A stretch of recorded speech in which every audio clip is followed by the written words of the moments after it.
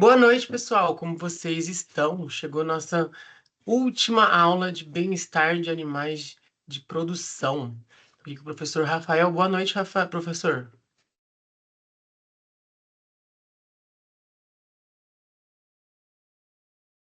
Professor, tá conseguindo me ouvir? Agora sim. Boa noite, professor Pablo. Boa noite a todos presentes. Chegou, né, professor? A última aula dessa disciplina. Deixa eu dar uns recadinhos aqui para eles antes de você iniciar a aula. Deixa eu só compartilhar minha tela.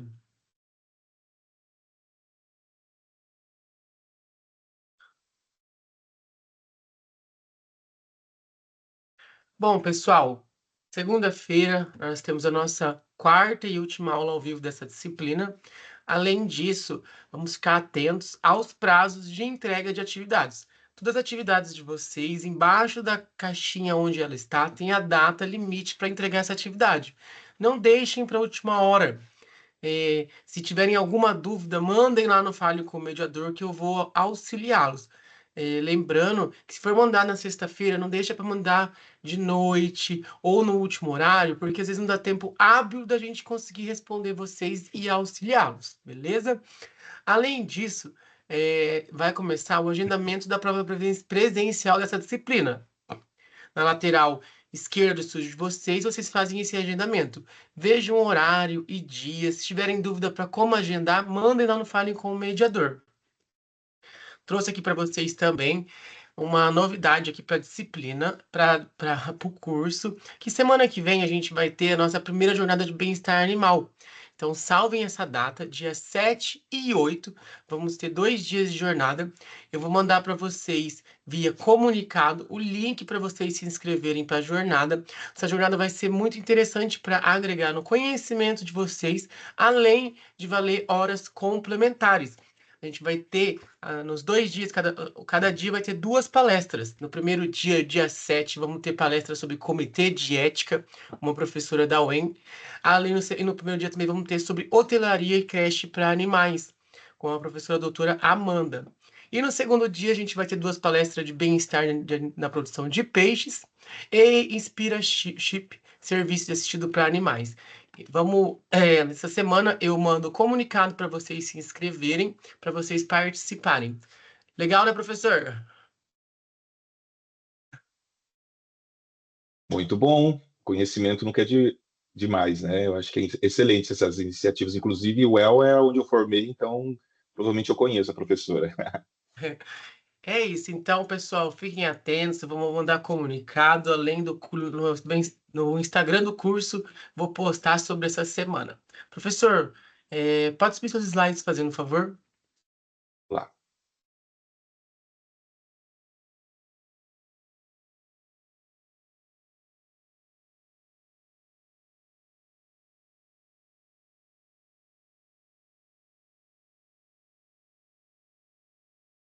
Tá aparecendo para vocês? Ainda não está em modo apresentação, professor.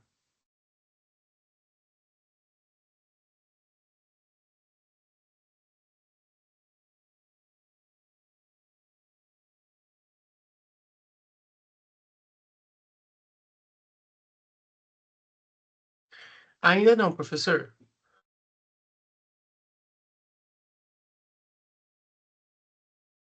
Professor Boa noite, Leandro, professor Rafael. Boa noite, agora professor foi. Pablo. Tudo bem? Tudo Boa ótimo. noite, professor Leandro. Tudo bem e você? Tudo em paz. E aí, professor?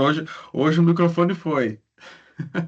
Foi. Eu, Microfone e eu os entrei pelo slides. aplicativo. Foi a primeira vez que eu entrei pelo aplicativo. Antes eu entrava pela página. E aí eu Sim. entrei da outra vez pelo aplicativo e aí dessa vez entrei direto e já deu. A última, mas pelo menos deu certo. Ai, que bom. Boa noite, galera. Tudo bem com vocês? Pessoal, só reforçando o que o professor Pablo falou, né? A gente tem aí, já na semana que vem, a nossa primeira jornada de bem-estar animal. A gente vai ter bastante coisa diferente aí que tá além do que vocês veem no curso. E é muito bom participar desses eventos porque eles abrem a mente de vocês para outros conhecimentos e ajuda a decidir quais rumos vocês podem seguir também depois da formação de vocês, numa especialização, depois no mestrado, quem quiser seguir a carreira acadêmica, certo? Então, o professor Pablo, como falou, vai mandar via comunicado para vocês o link de inscrição, façam uma inscrição. Ah, professor, mas eu vou fazer a minha prova nesse mesmo dia. Não tem problema, vai lá, faça a sua prova, a palestra do dia ela vai ficar salva, tudo bem? Vocês vão ter acesso a ela depois. Aproveitando aqui também, professor Pablo e professor Rafael, das atividades de extensão. Pessoal, nós temos a atividade de extensão de patas solidárias, que eu já falei para vocês em alguns outros momentos, que está relacionado diretamente ao curso de vocês, e tem um outro, né, professor, que está relacionado à campanha do agasalho. Procure também lá as atividades de extensão de vocês, façam a aderência ao projeto. O projeto é bem tranquilo de se desenvolver e vale as horas aí de extensão que vocês necessitam para colar grau, tá bom? Professor, não vou atrapalhar a sua aula, vou deixar aí à vontade, somente agradecer por estar aqui conosco novamente, estar à frente da disciplina e conduzir com maestria e com conhecimento de prática mesmo do que está sendo dito. Obrigado, professor. Imagine, eu que agradeço, professor. Então, vamos lá. Então, a aula de hoje, a última, né, a gente intitulamos como Bem-estar Animal para o Animal e o Mercado. Essa aula, ela compreende, engloba a unidade 5, que trata sobre o manejo do abate dos animais, né, priorizando o bem-estar, e também tendências para o futuro do mercado do bem-estar animal. Então, eu fiz um compilado delas e concatenando os dois temas. Então, iniciando a nossa reflexão, né, bem-estar na prateleira. A conscientização em relação ao bem-estar de animais de produção tem alertado a população, em especial países como os Estados da União Europeia, a acolherem produtos de animais que não sofrem.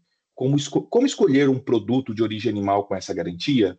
Então, temos a imagem do consumidor olhando a embalagem, né, do produto, dentre várias informações que ele pode obter ali. Como que esse consumidor, né, pensando nesse contexto, um consumidor que está conscientizado em relação à importância do bem-estar dos animais, como que ele poderia saber se esse produto que ele está consumindo atende aos pré-requisitos de bem-estar animal, né?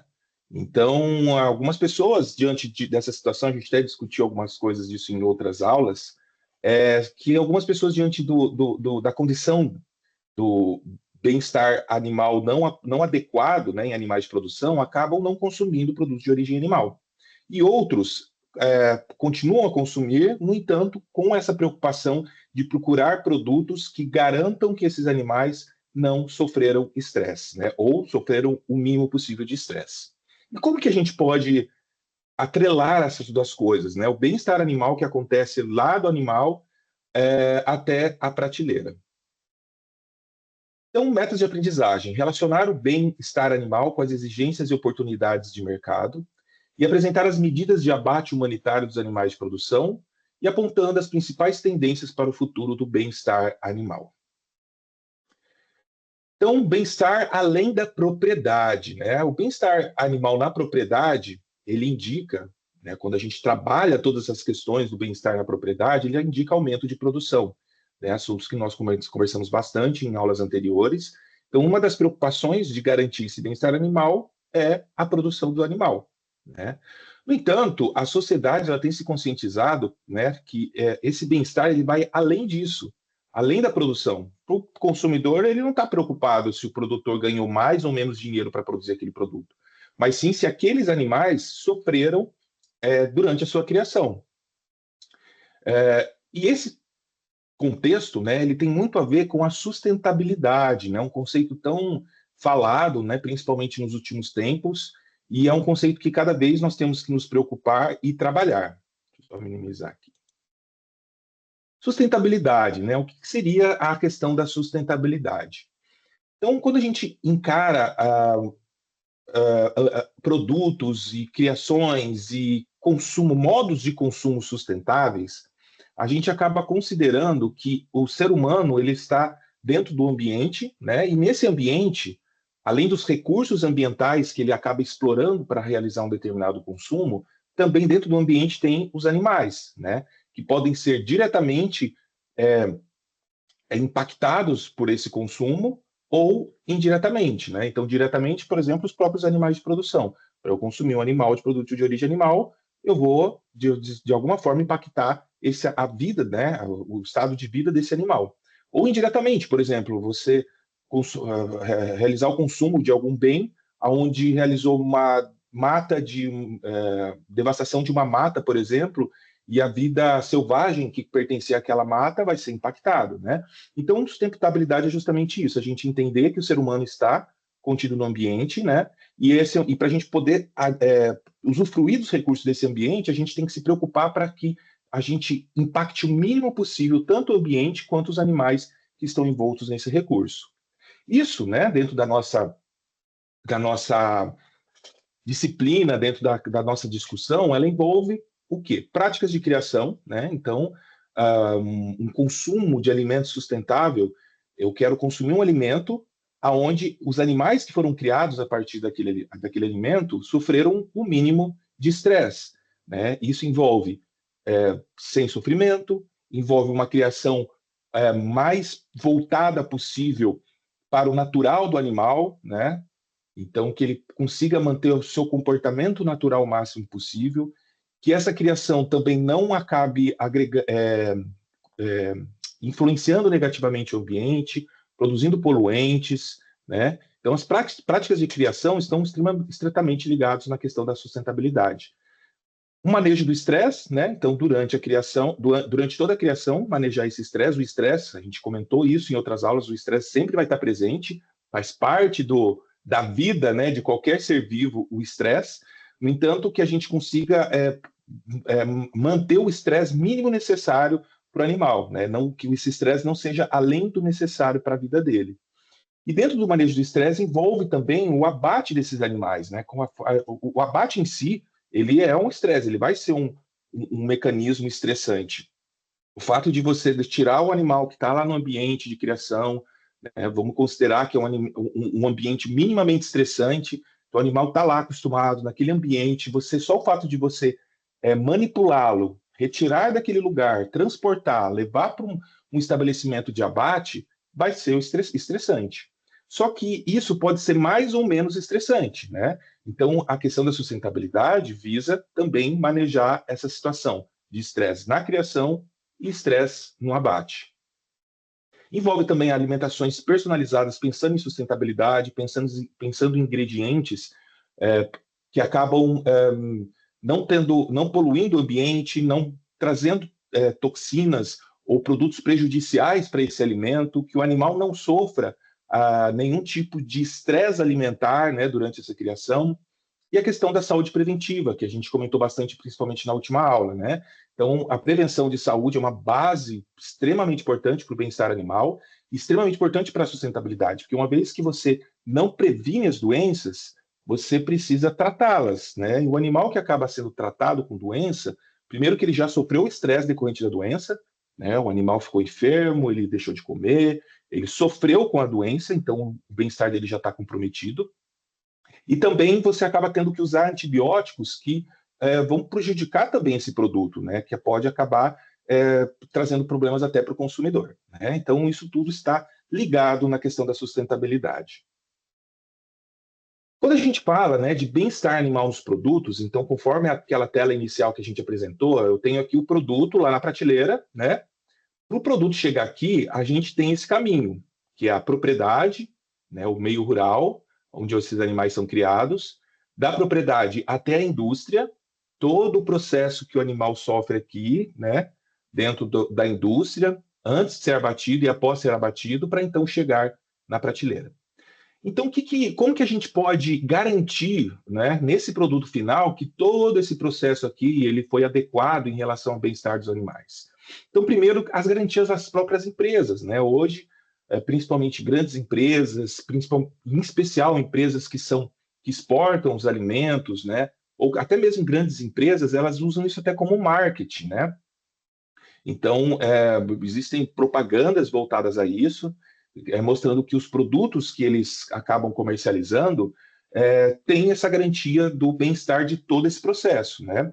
E dentro das empresas, envolve o autocontrole, que é o quê? A própria empresa ela garantir que está fornecendo essa garantia de bem-estar, né? A bem-estar é uma delas, mas a gente tem outras garantias sanitárias, tem outros tipos de garantia que a gente envolve nisso. Mas pensando em bem-estar animal, a própria empresa fala: ó, eu estou garantindo que os animais que são comercializados pela minha empresa não sofrem, né? Ou tem mínimo de bem-estar, o máximo de bem-estar, o mínimo de sofrimento possível. É isso colocado de uma forma de marketing. Então, essa é uma maneira como a gente consegue garantir que esse produto tenha. Só que isso nem sempre é suficiente, né? Eu acho que as empresas, os consumidores, não necessariamente vão confiar no que as empresas falam, que a gente sabe que elas, né, têm todo um interesse econômico em cima disso. Então, para a gente poder driblar essa questão, a certificação através de empresas privadas, mas são empresas certificadoras, empresas que vão lá justamente atestar que aquela determinada empresa está cumprindo os pré-requisitos de bem-estar animal, né? Então, a gente tem algumas certificações, a principal dela é o QMA, que são uma certificação onde essa empresa certificadora, ela faz as auditorias tanto na produção quanto na indústria para garantir que esses animais têm o mínimo de estresse possível, né? Então, uma empresa que fala, ó, eu com meu autocontrole, eu garanto que os animais não sofreram estresse. O peso é um. Agora, se ela falar, eu tenho uma certificação QMA, então quer dizer que ela tem um atestado maior em relação àquilo que ela está falando. Uma outra maneira, né, da gente conseguir isso é através das legislações e fiscalização oficial, que é o meu trabalho, né? Então, o próprio Estado, que daí dá um peso maior em relação a essa garantia, o próprio Estado, através das leis mínimas que garantem esse bem-estar, só que normalmente as leis elas não são tão rigorosas em relação, porque a lei ela é obrigatória para todos, ela não é um opcional, né? Uma certificação, ela é uma opção para a empresa, para ela conseguir se qualificar melhor, né? Ser enxergada melhor no mercado. Já a legislação, como ela é mais rígida, onde todos precisam cumprir, ela acaba não sendo tão rigorosa quanto a certificação, mas ela estabelece o mínimo de bem-estar animal que os animais precisam ter, né? Para a gente garantir mesmo o melhor bem-estar desses animais, certo? Então, as práticas mínimas com esses animais para garantir o mínimo do bem-estar animal. E as fiscalizações rotineiras em relação a isso, né? Para garantir que isso seja cumprido. E dentro disso tudo, as tecnologias ela têm um papel extremamente importante, né? Porque sem a tecnologia fica muito difícil a gente conseguir, primeiro, demonstrar, né, esse bem-estar e também fazer o controle do bem-estar dos animais. Então, dentro de todo esse contexto que estamos conversando aqui, as tecnologias têm um papel fundamental. É claro que as tecnologias pensando em bem-estar animal não tem só essa aplicação, mas para isso, para garantia de produtos, para a gente conseguir realmente certificar que os animais estão sendo, estão sendo criados com o máximo de bem-estar, as tecnologias são imprescindíveis.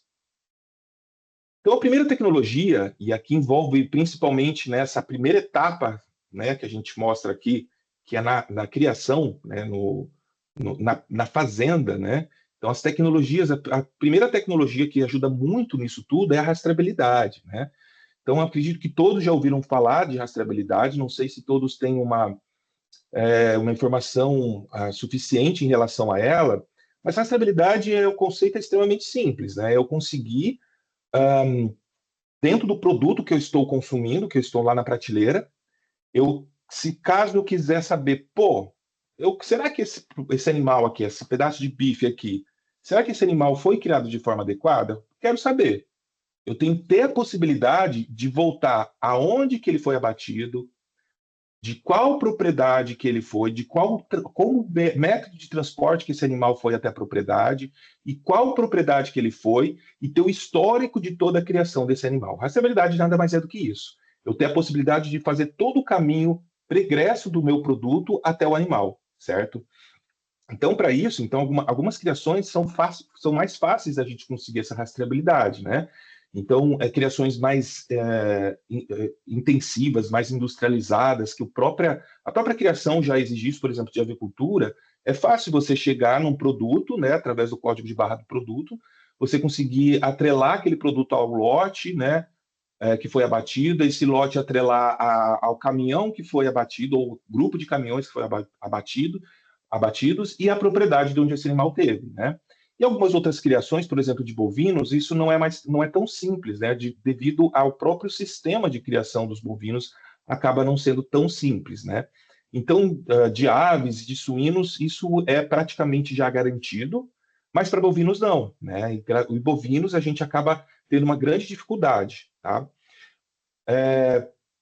As empresas certificadoras é quem fazem isso, né? Teve um período até que o Estado estava abraçando essa questão. Aqui no Paraná, estava sendo feita uma rastreabilidade oficial, mas isso caiu, né? Não vingou, né? Por causa de uma série de problemas. Isso para bovinos, né? Mas basicamente as empresas certificadoras elas fornecem os brincos, né? E aí o produtor ele precisa realizar todo o manejo que é feito nos animais, então tem um caderno de anotação de todo o manejo, aonde aquele brinco, aquele número daquele animal, né, vai estar associado àquele registro, né? Então, toda a medicação que foi feita, tudo que ele sofreu, tudo que aconteceu com esse animal durante sua vida, a forma como ele foi criado, é tudo anotado. E essa empresa, ela certifica, né, essa criação para ver se realmente foi assim.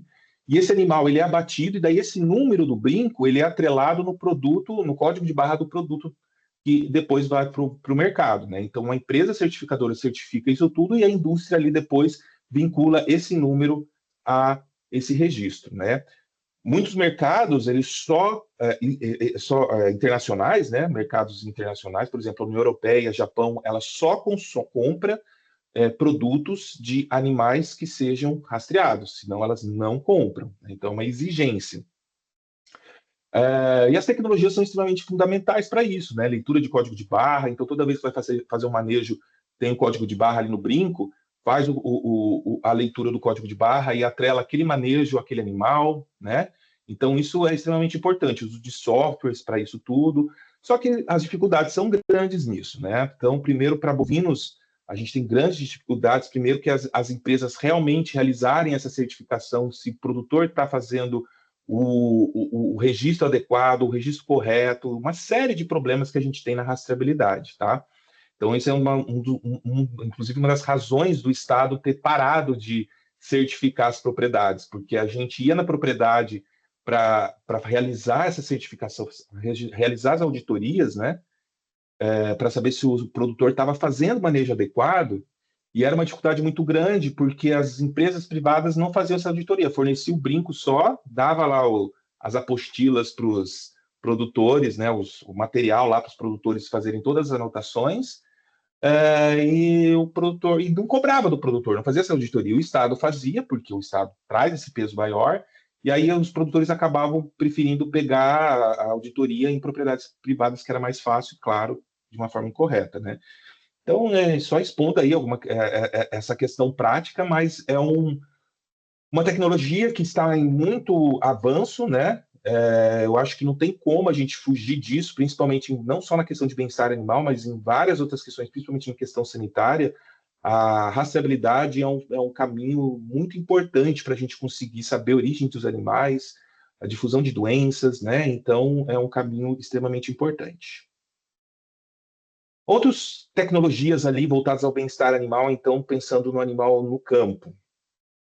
Uso de sensores, né? Isso tem sido muito difundido. Então, sensores que estão ligados no animal, que conseguem ver batimento cardíaco, variação hormonal, conseguem monitorar o animal em tempo real, certo? Isso não está sendo ainda muito difundido, mas com certeza no futuro isso vai ser muito mais comum, mas ainda hoje existem várias propriedades que já estão adotando esse tipo de tecnologia. Inclusive sensores também em equipamentos, por exemplo, existem ordenhas que têm sensores para detectar a presença de alteração de células somáticas do leite, né? Que é um indicativo de mastite. Então, está ordenhando a vaca lá, o sensor já indica que aquela vaca tem alteração das células somáticas do leite, e aí já indica que aquela vaca precisa passar por um exame mais apurado, passar por um tratamento, né? Então, são medidas, são tecnologias extremamente promissoras aí para o futuro do bem-estar animal. Monitoramento remoto, né? Então, temos câmeras, drones, isso daí com certeza vai ser um futuro que nos aguarda, né? E dentro do monitoramento remoto, sistemas de gestão e inteligência artificial, né? Então, vai estar lá os sensores, as câmeras, os drones, monitorando todos os animais, e se ele, por exemplo, identifica uma movimentação inadequada ali dos animais, uma inteligência artificial já vai detectar que aquilo não é adequado, já vai criar um alerta e é, é, já vai solicitar, né, uma resposta em relação àquilo que não está adequado, e gestão de uma forma geral, né? Tendo informação através de sensores e câmeras, a inteligência artificial e programas gerir todas essas informações para ter uma resposta para melhorar um manejo, melhorar uma criação, melhorar uma nutrição, né? Então, isso é extremamente interessante. E a realidade aumentada também é uma situação que pode ajudar muito, principalmente na questão de treinamento de pessoas que vão lidar com os animais, né? Então, às vezes, quem não tem prática de lidar com o animal, você treinar com o animal vivo pode ser tanto estressante para quem está lidando quanto para o animal. Então, você fazer de uma forma virtual, isso pode trazer muitos benefícios, e a própria telemedicina, né? Então, às vezes, um profissional especialista, assim como ocorre na medicina humana, um especialista que está longe, em vez de ele ter que se deslocar até a propriedade, ele poder fazer através da telemedicina. Então, são futuros aí que as tecnologias podem trazer com grande benefício para o bem-estar animal, certo? Dentro disso também, né, a gente tem a pecuária orgânica. A pecuária orgânica nada mais é que uma das certificações que a gente tem, mas é uma certificação com um pouco de mais requisitos em relação, por exemplo, a só a certificação QMA, né? A pecuária orgânica ela tem o princípio de ter produtos livres de químicos, né? Então ela não pode. Isso, claro que é controverso, né? Tem que falar, pô, mas químico, tudo é química, né? Mas produtos químicos industrializados que podem causar um mal para o ambiente, um mal para o ser humano. Então, esses produtos são livres disso. Pensa numa sustentabilidade ambiental, então que essa criação não polua o ambiente ou tenha um mínimo impacto dentro do ambiente. A pecuária orgânica ela se preocupa com o bem-estar animal, um dos pré-requisitos da pecuária orgânica, né, a preocupação com o bem-estar dos animais. E a pecuária orgânica ela já tem o preceito de ter menor produtividade, né? Então ela não vai utilizar os recursos que vão trazer uma grande produtividade. Por exemplo, um confinamento, né? Um confinamento, qual que é o objetivo do confinamento? Eu ter menor produção por área, né? Ou seja, eu ter a minha área produtiva ali mais eficaz. Na pecuária orgânica, eu vou me abster dessa vantagem, né, de ter um animal confinado, produzir menos por área, então ter menos lucro. No entanto, eu vou ter um animal com mais bem-estar, uma vida mais natural. Ali a gente tem um exemplo, né, de galinhas criadas soltas. Então ali ela tem acesso ao local coberto, mas ela tem espaço para ela poder pastejar. Então a área destinada a esses animais é uma área maior, né? E a produção também vai ser maior, o animal vai se movimentar mais, vai gastar mais energia, ele vai ter que consumir mais alimentos para ter a mesma produtividade. Então, eu vou ter um gasto maior, tanto, né, em questão de produtividade, quanto de recursos investidos dentro da pecuária orgânica. No entanto, eu acabo tendo um maior valor agregado, né? Esses produtos têm um maior valor. Mas é uma das certificações, né, que engloba isso tanto na questão de uma certificação que garanta o bem-estar animal e também como uma tendência de futuro, né? Então, é uma forma da gente retroceder, vamos dizer assim, nas criações, mas é uma tendência de mercado que a gente tem. Então, o mercado para produtos orgânicos tem crescido cada vez mais, né? Algumas pessoas só consomem produtos orgânicos, mesmo pagando mais caro por isso. E a forma da gente conseguir isso é através de certificações, né? Então, o estado do Paraná ele certifica a pecuária orgânica. Não sei se isso é em todos os estados, mas existem certificações estaduais que tem daí a legislação específica para a pecuária orgânica, para quem quer aderir a essa certificação, né? E é uma tendência aí que a gente tem que acompanhar, né? Eu acho que ela não vai substituir a pecuária normal, mas é uma opção de mercado que tem que ser muito bem vislumbrado, né, que é uma tendência de aumentar, inclusive, a procura por isso. E aí agora a gente falando de abate humanitário, então dentro daquela figura inicial que a gente mostrou, a gente trabalhou então essa questão dos animais lá na propriedade, agora a gente vai conversar sobre os animais da propriedade até a indústria, né? Então, tanto o caminho deles, o embarque, né, a apanha desses animais no local onde eles estão do sistema produtivo, o transporte até o local onde eles serão abatidos e todo o manejo no local que eles vão ser abatidos, né? Quais que são os pré-requisitos, quais são os cuidados, o que a gente deve observar, então, né, principalmente vocês que serão técnicos de bem-estar animal, o que deve ser observado durante todo esse processo, que é um processo extremamente importante para ser observado. Como eu falei, já é um processo por si só estressante, né? Não tem como a gente fazer esse processo sem estresse dos animais, o estresse ele já vai estar incutido no processo, mas quais são os cuidados que a gente tem que ter para que isso tenha o mínimo de estresse possível, certo? Então, o abate humanitário envolve os princípios de mínimo de estresse e sofrimento para os animais, uma conscientização sobre o bem-estar animal, então, dentro dessa conscientização da população, da sociedade em relação ao bem-estar animal, uma das grandes preocupações que se tem é em relação ao abate dos animais, né? Inclusive, muitas vezes, quando são atacados os sistemas produtivos, aonde eles mais mostram imagens de maus tratos, né, são em momentos de transporte e abate dos animais. Em mercados mais exigentes sobre o bem-estar animal, tem cada vez mais pedido, né, exigido que isso tenha o máximo possível de cuidado. Inclusive, essa parte de abate humanitário não cabe nem certificação, é legislação mesmo, né? Então, a gente tem legislações que exigem que essa etapa do processo produtivo tenha o mínimo dos cuidados necessários. Claro que a empresa pode adotar e deve adotar o máximo possível também de outros cuidados, mas existe um mínimo do cuidado que precisa ter nesse processo aqui, nessa etapa do processo, né? Então, o abate humanitário, a gente envolve o animal, né, que vai ser abatido, que vai ser manuseado, que vai ser transportado, os humanos que realizarão esse manuseio, né, esse transporte. Então, vai ter sempre humano envolvido, né, e aí que é o problema, né, os humanos precisam ser treinados, os humanos precisam ser conscientizados para lidar com esses animais, e as instalações, onde esses animais vão embarcar, por exemplo, dentro do caminhão, qual que é o caminhão que vai ser transportado esses animais, quais são as instalações que vão receber esses animais quando eles chegarem ali na indústria, né? Isso tudo, além de uma conscientização humanitária, envolve também qualidade da carne, né?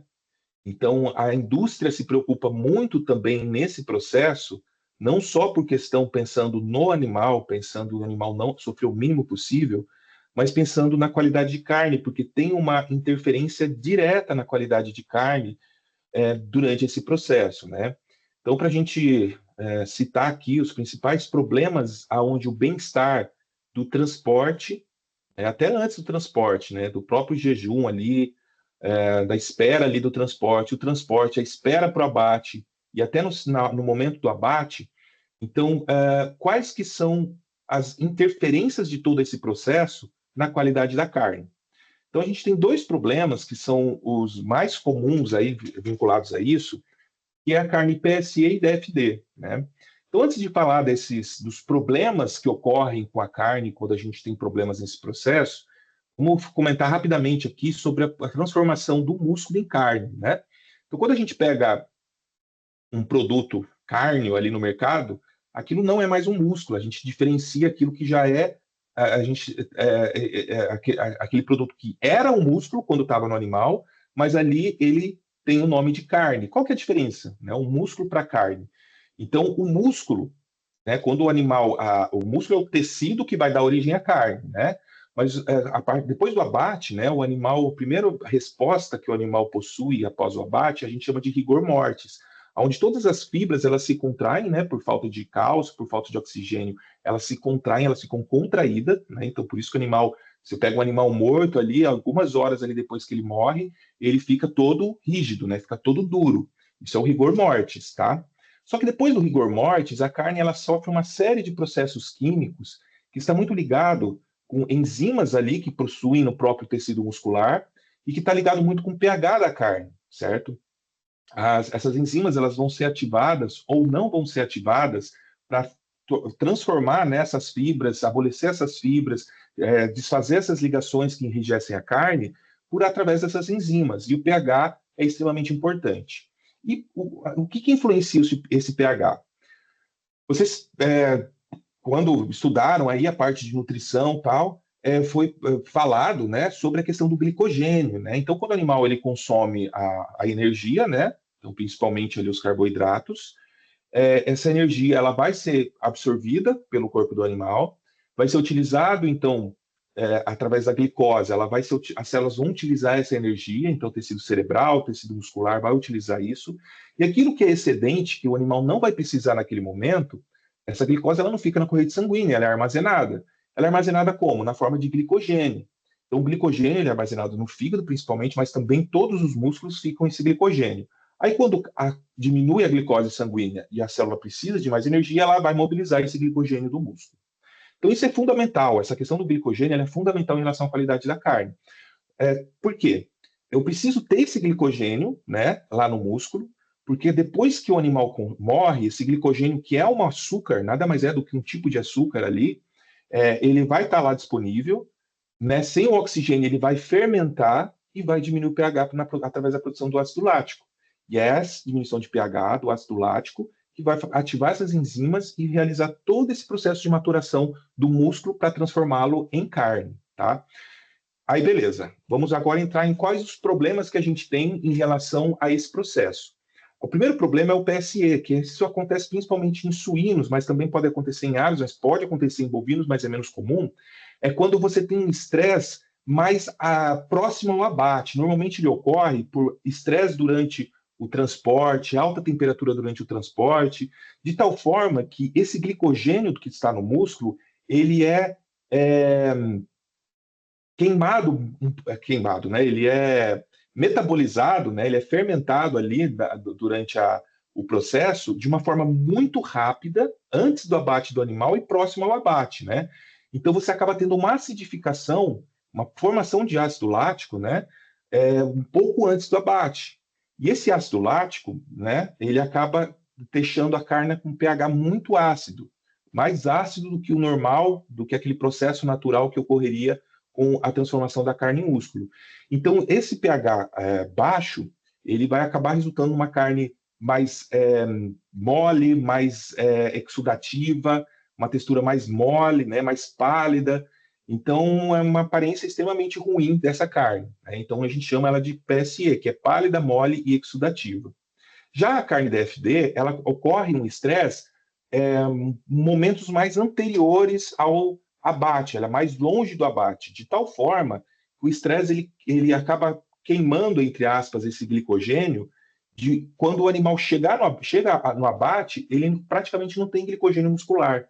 E aí, depois que o animal morre, tem o rigor mortis, não tem esse glicogênio para acidificar a carne e ativar essas enzimas. Então, a carne acaba ficando com essa textura escura, firme e seca, né? Então, são dois problemas em relação ao estresse dos animais, um mais próximo ao abate, outro de uma forma mais longínqua do abate, que acaba trazendo esse problema, né? Então, a DFD, ela, além dela ter o problema da qualidade da carne, ela ficar uma carne escura, seca e mais firme, ela tem uma maior propensão do crescimento bacteriano, reduzindo a vida útil, porque esse pH, além de realizar essa transformação do músculo em carne, ela também ajuda na conservação do produto. Além disso, a gente tem, por exemplo, hemorragias equimoses por pancada, carne manchada de sangue, principalmente durante o transporte ali para o abate, ou mesmo na insensibilização, não é bem feito o animal se debater, acaba tendo pancadas na carne, então acaba ficando o produto inadequado. Contaminações bacterianas por jejum inadequado, onde você tem, por exemplo, extravasamento do conteúdo intestinal para a carne, isso pode ocorrer principalmente num problema ali na insensibilização, na sangria do animal. E o rigor mortis acelerado, quando o animal, bem no momento do abate ali, ele sofre um estresse muito grande, ele pode ter esse rigor mortis muito acentuado, e mesmo o processo de maturação, ele acaba não sendo suficiente para amolecer essa carne, beleza? Então vamos entrar aí na prática aí dos problemas na questão do estresse do animal no apanha, embarque e abate. Então, primeiro falando do apanha e embarque, né? No caso de bovinos, é o embarque dos animais, né? Bovinos e suínos, e apanha a gente usa para outras espécies, como aves, coelhos, né? Então, o primeiro conceito que eu gostaria de colocar para vocês aqui é o conceito para bovinos, que é muito importante, é o conceito de zona de fuga e área cega, né? Então, o que seria? Então, ali olhando na imagem, a gente tem um bovino que vai ser manejado até o embarque, né? E a gente tem a zona de fuga. Então, toda essa área tem a zona de equilíbrio, que é essa área mais acinzentada aqui, né? À frente da zona de equilíbrio, a gente tem a zona de fuga do animal. E atrás da zona de equilíbrio, a gente tem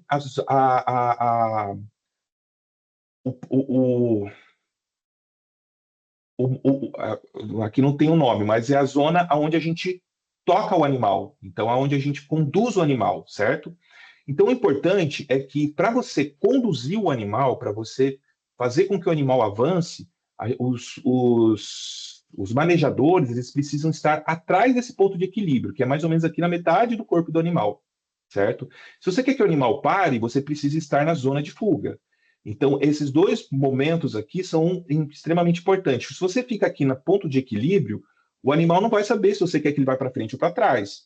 Então, esse ponto de equilíbrio serve para isso. A gente tem que ficar ou atrás do ponto de equilíbrio para o animal avançar, ou à frente do ponto de equilíbrio para o animal parar, né? Jamais ficar no ponto de equilíbrio, que o animal vai ficar confuso, não sabe se vai para trás, para frente, e vai causar estresse, né? E a gente tem a área cega, onde o local onde o animal não consegue enxergar. Então, você vê que a amplitude da visão do animal, né, do bovino, é extremamente grande, né, porque eles têm os olhos laterais, né, bem lateralizados. Então, jamais ficar ninguém na área de área cega. Então, bem atrás do animal aqui, não pode ficar ninguém, porque senão o animal também fica assustado por não enxergar o manejador.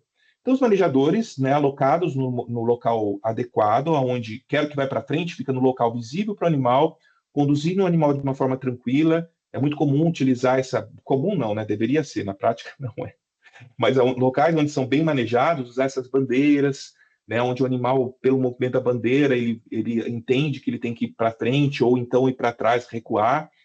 Então, isso são situações que acabam ajudando muito, né, esse entendimento do animal e utilizar esse entendimento para manejar o animal ajuda demais em relação a isso, certo?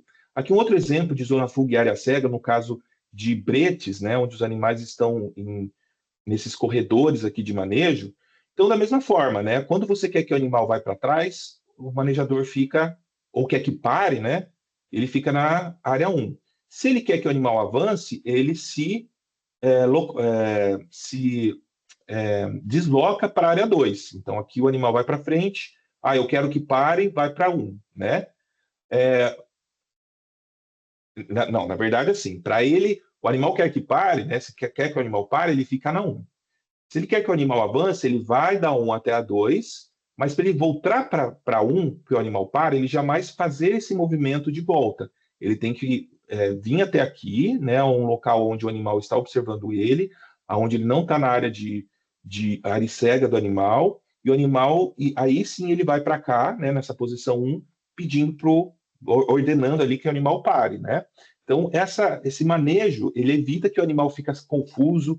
Então, ele está sempre observando o manejador, ele sabe o que está acontecendo, né? Ele não vai, diminui a chance do animal se estressar de uma forma excessiva, de ter alguma ação que acaba trazendo um perigo para ele, até para os outros animais, até para os manejadores, certo? Uma outra coisa importante em relação ao embarque é a tranquilidade e clima ameno, né? Então, sempre manejar os animais de uma forma tranquila. Então, toda vez, né, que vocês forem acompanhar esse tipo de manejo, então, peão, normalmente as pessoas que manejam esses animais, eles tendem a ter formas mais agressivas, né? Às vezes por falta até de conhecimento. Então, gritando com os animais, querendo acelerar para embarcar logo, para fazer logo o serviço e para casa, né? Então, a gente sempre tem que orientar para que tenha sempre um manejo com os animais de uma forma tranquila, né? Falar de forma calma com os animais. e nunca manusear os animais quando o clima está quente. Então, sempre realizar esse manejo ou no início da manhã, no final da tarde. Em dias que estão muito quentes, não realizar esse tipo de manejo, né? Sem agressões nos animais, aqui no próximo slide, né? Então, para conduzir esses animais, a gente utilizar bandeiras, utilizar, às vezes o pessoal usa um pedaço de pau com um saco, né, de estopa ali para poder chamar a atenção do animal. Não realizar agressões, cutucões, lesões dos animais, né? A gente tem que evitar o máximo possível isso, inclusive choque. O choque, ele não é recomendado, ele só é permitido em casos extremos, em uma situação que o animal não responde a outras formas, e a situação que ele se encontra ali, né, dele precisar avançar, ele pode, se ele não, se você não realiza essa ação de conduzir o animal, pode correr um risco o próprio animal, outros animais ou até os manejadores. Então, só em casos extremos que é permitido o uso de choque, isso pela legislação mesmo, tá? E jamais utilizar mais seguidas vezes o choque no mesmo animal. Se o animal também não responde no choque, então tem que fazer outra coisa. Mas não pode ser uma rotina de manejo o uso de choque, né? Não sei se vocês já viram, mas ele é uma varetinha, né? Onde aperta o botãozinho ali, encosta o animal recebe um choque bem violento, tá? Então isso é só em caso extremo. Em relação à apanha de aves, né, peixes e coelhos, também realizar com muito cuidado, né? Por exemplo, aves, é recomendado utilizar esses círculos de contenção. Então, você tem um aviário com um monte de aves. Se você chegar lá manuseando as aves, todas elas, né, soltas ali no galpão, elas vão começar a se estressar, andar de um lado para o outro, se assustadas, vão começar a se pisotear. Então, a gente utiliza círculos, né? Onde você contém aquele grupo de aves naquele manejo, naquele local, aí você apanha as aves daquele local, né? Então elas ficam contidas ali, não tem para onde se debater. Terminou aquelas aves, põe um círculo em outro grupo de aves, e aí você vai contendo esses animais. E a apanha sempre realizar, né? O mais recomendado é que ela seja feita pelo dorso, então que o animal seja pego pelo dorso, né, com cuidado, claro, tem que ser com agilidade, não adianta esperar que vai ser com cuidado, porque há um monte de galpão lá que tem 2.000 aves, né? Tem galpões de 9.000 aves, então não adianta esperar que vai ser devagarzinho, mas com cuidado, pegando principalmente pelo dorso, né? Alguns locais eles pegam pelas patas, mas acaba causando lesões, maior chance de lesões. Então, mais recomendado é pelo dorso mesmo. Mas jamais pelas asas, né, ou pelo pescoço, isso jamais é permitido, tá? Coelhos, normalmente é utilizado, a forma de apanha é pela orelha e pelo corpo do animal. Jamais puxar o coelho só pela orelha, né? Mas a orelha é interessante porque ele dá uma tranquilizada, assim, ele não se debate tanto, mas tem que ser apoiado pelo dorso, não apoiar todo o peso do animal pela orelha. E peixes cuidar bastante, né? Normalmente é feito com arrastão, cuidar bastante da velocidade, com cuidado, para não empilhar muitos peixes, para eles, né, não ficarem muito tempo fora da água. Então, essa série de cuidados, muitos deles até intuitivos, né, a gente tem que ter com esses animais.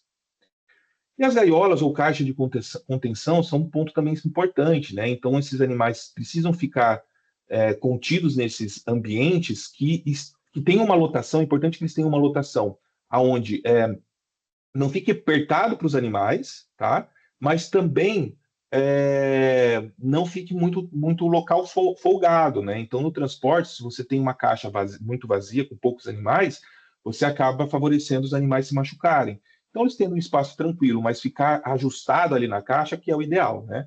O material de vocês tem lá a lotação recomendada para cada animal, não vou ficar colocando números aqui, porque aqui a gente tem que colocar a questão prática, não números, né, e dados dessa forma. E aí, assim, a caixa, normalmente a gaiola de transporte, a caixa de contenção, ela precisa ser piso não derrapante, né? Não pode ser piso liso, o animal durante o transporte não escorregar ali, tem que ter aeração, tem que ser aberta para possibilitar a aeração, né?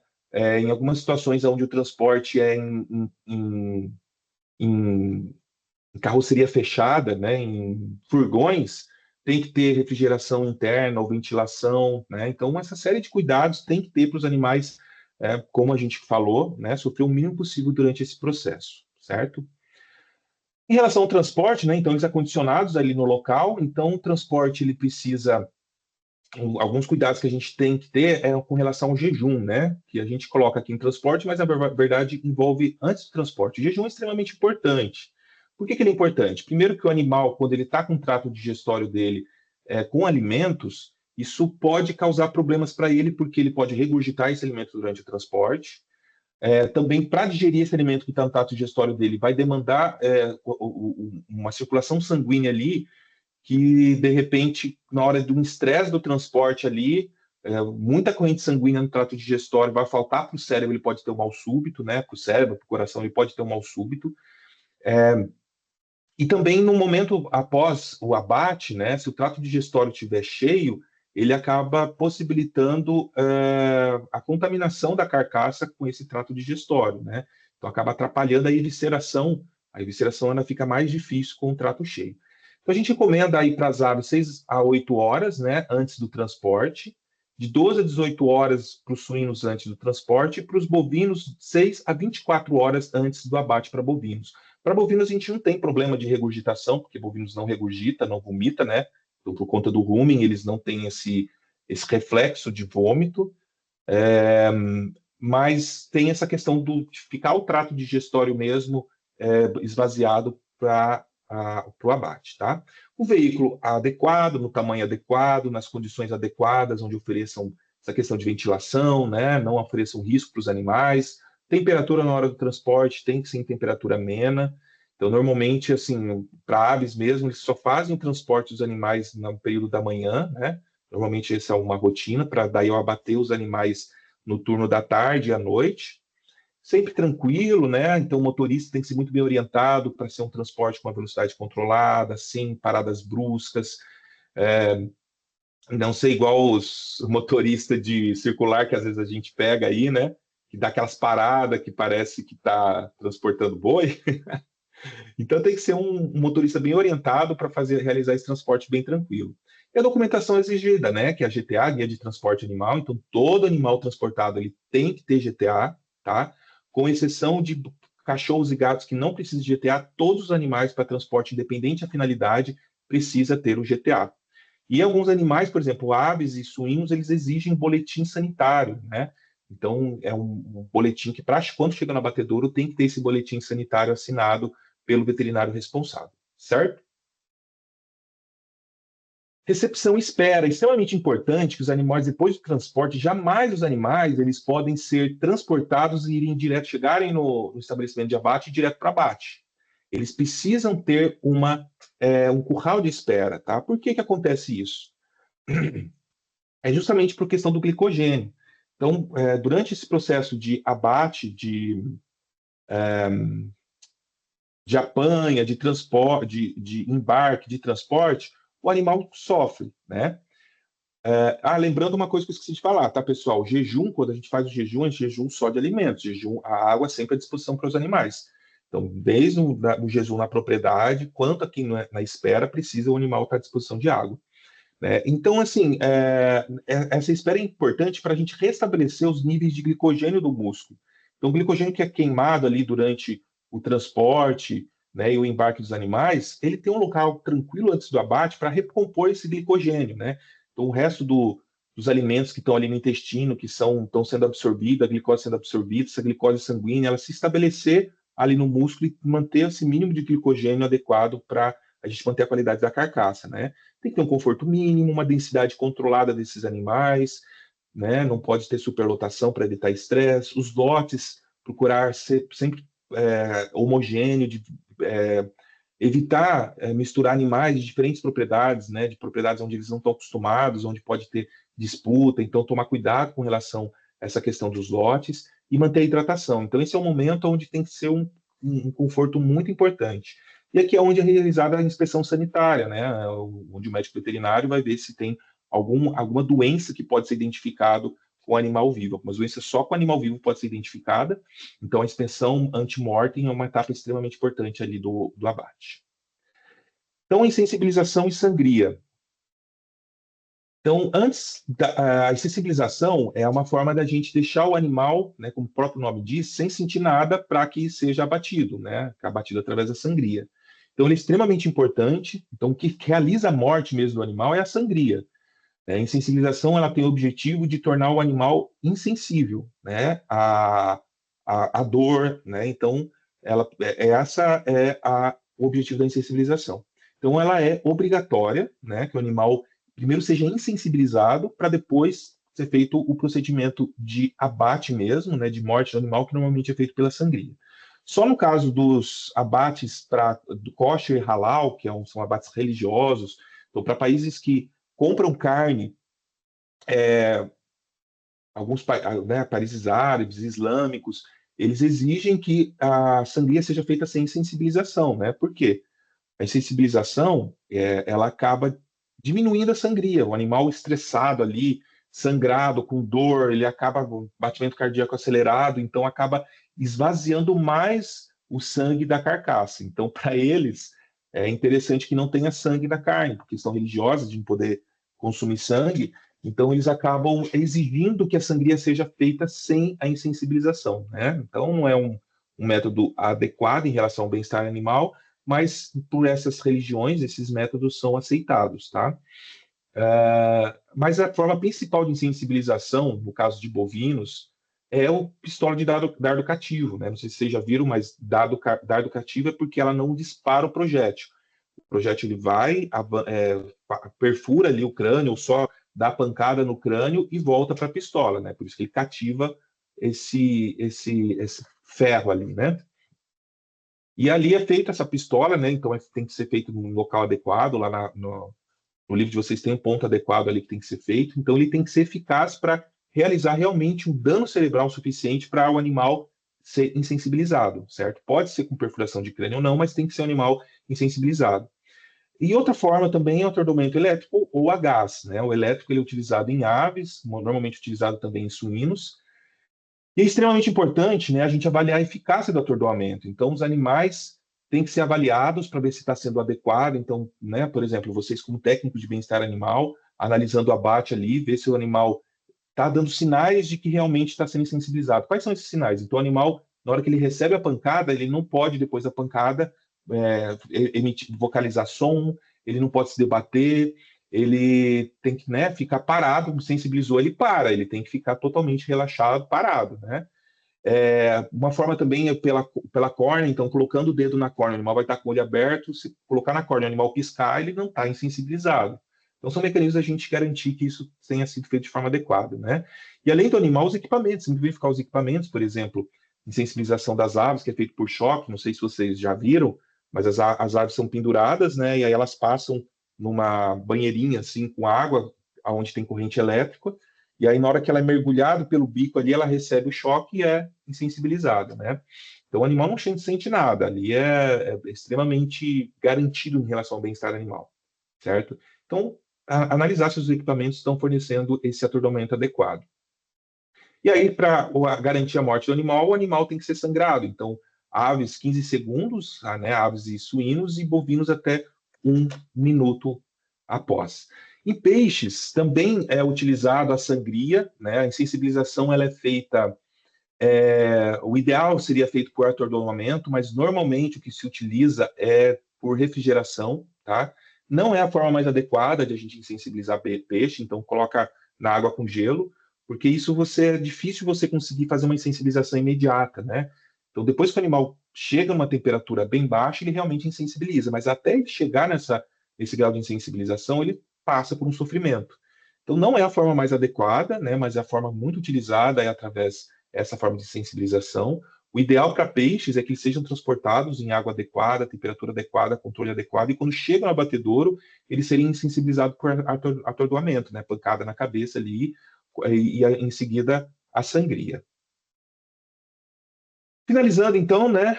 Concluindo aí tudo o que a gente comentou, seja por precaução genuína com os animais, atendimento às exigências de mercado ou conformidade com a legislação, o profissional de bem-estar animal deve utilizar todas as ferramentas e inovações disponíveis para assegurar o bem-estar dos animais de produção do campo até a sua morte humanitária.